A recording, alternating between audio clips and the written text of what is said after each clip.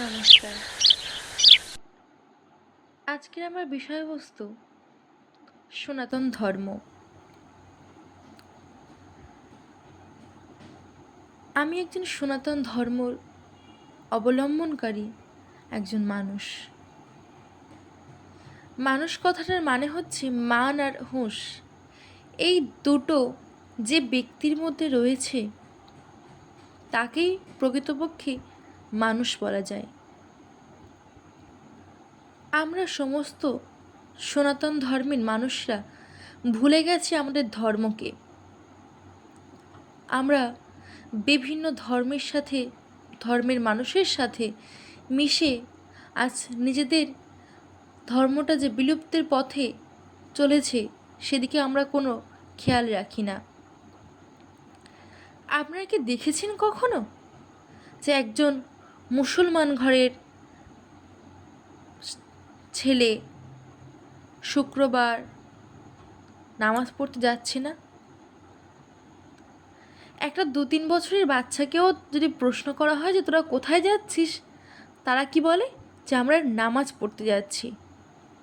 এই নামাজ কথাটার অর্থটা কি? নাম আজ, নাম কাল নয়, নাম আজ। কিন্তু আমরা সেটা ভুলে যাচ্ছি। তারা যদি তাদের ধর্মকে বাঁচিয়ে রাখতে পারে তবে আমরা কেন পারবো না? এটা কি কখনো আমরা ভেবে দেখেছি? না, দেখিনি। আমরা কি করছি?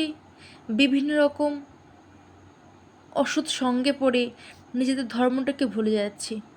আজকাল তো মানুষ গলায় তুলসীর মালা পরতে গেলে ভয় পায়। কী জন্যে ভয় পায়? না, কে কী বলবে, কে কী করবে, খারাপ কথা কেউ বলবে। কিন্তু তা নয়। সবাই যদি সবাই ধর্মটাকে বাঁচিয়ে রাখতে পারে তাহলে আমরা কেন পারবো না? আসুন আমরা সবাই মিলে তুলসীর মালা পরি। কিসের লজ্জা, কিসের ভয়? যখন এই শরীরটা নষ্ট হয়ে যাবে, যখন আমাদের মৃত্যু হবে, তখন কি লজ্জা ভয় থাকবে? না, থাকবে না। আমরা যেমন কোথাও যাওয়ার জন্য নিজেদের প্রয়োজনীয় সামগ্রী গুছিয়ে নিই, কেন গুছিয়ে নিই? যাতে আমাদের সেখানে গিয়ে কোনো রকম সমস্যাতে না পড়তে হয়। তেমনভাবে আমাদেরও তো উচিত যে আমরা মৃত্যুর পরে কোথায় যাব। আত্মার তো কোনো নশ্বর, আত্মার তো কোনো বিনাশ পড়তে কিছু হয় না। সেক্ষেত্রে আমরা চেষ্টা করি, সবাই মিলে আসুন চেষ্টা করি যাতে আমরা সেই পরবর্তীকালের জন্য যেন কিছু গুছিয়ে নিয়ে যেতে পারি। কি গুছিয়ে নিয়ে যাব?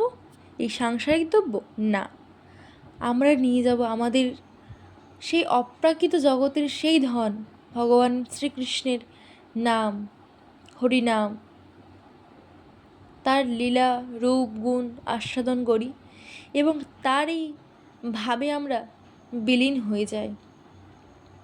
নমস্কার।